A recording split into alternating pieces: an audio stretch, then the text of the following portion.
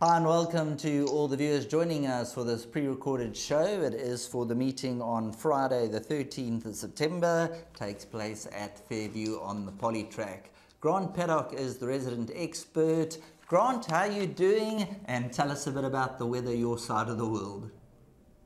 Morning, Sheldon. Morning, Panthers. Yeah, weather hasn't been too pleasant, I must be honest with you. Cold, windy, rainy, miserable the last 2 days, and I believe tomorrow it's slightly better with a bit of a headwind blowing, but it's poly-track racing, so we shouldn't have any issues. Right, let's get straight into race number 1, which will be run over 1,300 metres. 12:45 is the carded off time.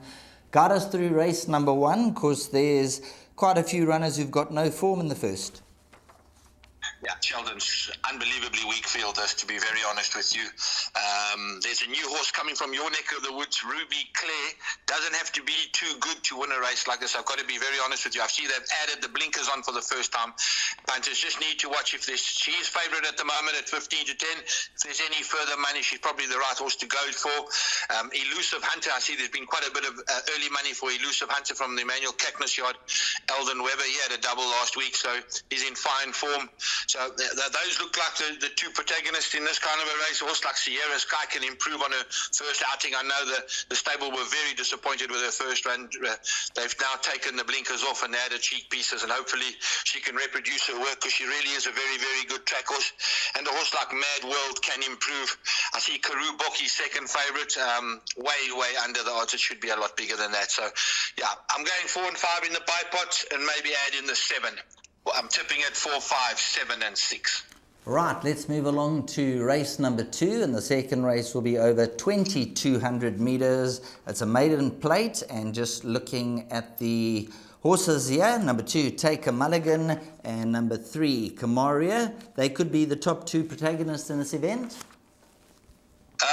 Sheldon, I also like that horse Crimson Comet. I've gone the 2 horses in my place accumulator, Take a Mulligan and Crimson Comet. With regards to Crimson Comet, he wasn't ridden to instructions last time. He was told to go up handy, and he dropped him out and ran accordingly. He'll run a much better race. There's no doubt about that. Work is pretty good. Take a Mulligan, you're going to get an honest run over 2,200 on the poly. And the improver here is Lennoxtown. His brother was a very, very good stayer. He's now going the kind of trip that was probably his breeding requires, so he's definitely an addition for larger perms. I am tipping it 5, 2, 6 and 1. That'll take us on to race number 3 over 1,900 metres, and when you look at this contest, numbers 2, Get It Done from the Cotson stable, winner of 2 and then ran second last time out, drawn at 5, but I see you've gone with numbers 2 and 3. Yeah, obviously Get It Done, the right horse, got the right kind of a form, doesn't have any problems with the poly. I don't see an issue with it. 1,900 as well. She's definitely going to be the horse to beat. 18 to 10 favourite. My value in the race is definitely number 3, Gold for Africa. She runs her penultimate run. She's going to be a massive runner. 10 to 1's large odds, and she's very, very good each way value. Working well, looking well. I know the stable like a bit of light of day in number 1. In my opinion, on those Durban horses, they take a run or 2 to find themselves. Bred a baby ran last week. They had the blinkers. She ran away with. She never settled with Richard and ran accordingly. And then I see they've taken the blinkers off, so she might improve going over the further trip. And then Hugs and High Fives also trying the distance. I think it is a Get It Done race. There's no doubt about that. Gold for Africa will give her a good run for her money. And I'm tipping it 2, 3, 1 and 5. As we head into the zone of race number 4, number 3, Guerra, the Lancaster Bomber. This is from the Alan Creff stable, and of course Richard Ferree will be doing duty. Third to Donny T, and then second last time out. Should be cutting into the lead late on. Yeah, 100%. I think he's the right horse in the race, there's no doubt. It's competitive field. There's a couple of horses that have got solid form, and you're going to have to add them in. I think the pick 6, you're going to need a couple of horses here. In the place accumulator, I've gone 3, 7 and 9 with my preference to Guerra. I know the Kelly Mitchell do like Fuji-san a hell of a lot, and I think 10 to 1 is very good value as well. Launch Code doesn't know how to run a bad race on the poly. And then horses like Lieutenant Alexander and Scampton also need to go in. And the old boy, the 9-year-old old Euphoric. Also, he runs superbly well on the poly, but he's got a hell of a weight to carry. But he'll be running at them hard, especially with that headwind. I'm tipping at 3, 9, 7, and 4. But in the pick six, you'll have to add the 1 as well as the 5. As we move on to race number 5, we're going to go with number 2, Kingdom of Heaven. That was one of the runners that you have elected to put in. And then we're also going to go with horse number 7, which is Destiny's Angel. So let's talk about Kingdom of Heaven. 2 runs on the poly for a victory and a second. And Sean Veal's riding at the top of his game currently. Yeah, 100%. Definitely my first choice back on the poly. He's doing superbly well at home. The bad draw is not really a concern for him. They want to drop him in and give him a chance. Destiny's Angel's a solid front runner, but his best form seems to be on the grass.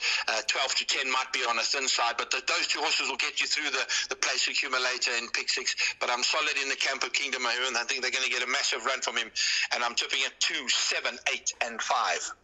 As we step into the next hurdle, which will be race number 6 over 1,400 meters, and just taking a look at the field that has that open feel about it, point us in the right direction, Grant. Yeah, Sheldon, this is one of my better bets on the card. Number 1, Travel Master. He's holding solid form. He's been running against much stronger than this, and I think 2 to 1 is a really good price. It's a very weak field behind him, I must be honest with you. Guarding the wall, he's my second choice, but he really battled against some very weak, much weaker opposition than this. Captain's Walken can run a drum, and so too can Duke of Orange, but I'm very, very strong in Travel Master. He's a banker, but I have backed him up in the place accumulator with Guarding the Wall. But I think players who'd like to take smaller perms can bank a Travel Master. He's one of the better bets. I'm tipping at 1, 5, 9, and 7.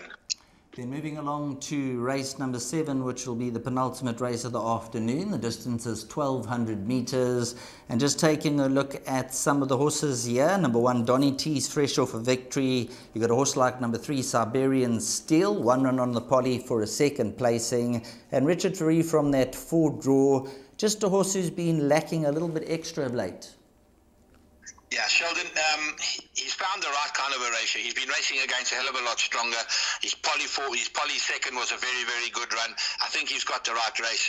I made him my best bet on the card. I thought 4 to 1 was very, very good value. Donny T won a novice plate last time. It won well. He's got to be there and thereabouts. So too that horse Abound. He ran just behind Donny T. So there's not much between those 2. But I think Alan has found the right race. And I think races 6 and 7 is the good Creef double. I'm tipping at 3, 1, 9, and 10 with Siberian Steel, my nap on the day. Then moving along to race number 8, which will be contested over 1,000 meters. 16:45 is the carded off time. And looking at the field, here they're tipping number 11, Absolute Noir. Number 3, Knock'em Stiff is scratched. And then we have number 1, Thing Called Love, and Cruiser Door. How do you dissect race number 8? Sheldon, if you're going into the pick 6 here, hopefully you have the field. It's a terrible race. It's very, very difficult. The 2 fillies in the top of the weights, they both got chances in Jade's Cabernet and the Thing Called Love. And then lower down, you got the likes of Cruiser Door, Seattle Ripper, De Janeiro, and Absolute Noir. It's an absolute minefield. There's no doubt about that. And players need to go as wide as possible. I think the quartet is the right kind of a bet here, where I would 2 roving bankers in the 6 Cruiser Door, the 7 Seattle Ripper, and add in a couple of horses with that. But it's a very difficult race where you need to go wide. I'm tipping at 2, 6, 7, and 1, but the field in the pick 6 is a must. Right, for all your followers out there, we're going to bring up your suggested bet for the day. So if you want to go through those suggested bets, and hopefully, as usual, you spot on the mark. Thank you very much, Sheldon. My best bet, race 7, number 3, Siberian Steel. My value bet, race 3, number 3, Gold for Africa. And the suggested bet, the place accumulator, goes as follows. We open up with 2 and 5, by 2 and 3, by 3, 7 and 9, by 2 and 7, by 1 and 5, by banker 3, by 2, 6 and 7 for 144 Rand. Well, thanks very much, Grant. As always, thanks very much for putting it into place and giving the punters a guideline out there. And hopefully the horses can do it for us on the track. Yeah, thank you, Sheldon, and good luck to those punters tomorrow. Goodbye. Super. Thanks very much to Grant Paddock going through the race-by-race selections and also giving his suggested bet for the day. Best of luck, and hopefully you end up in the winner's enclosure.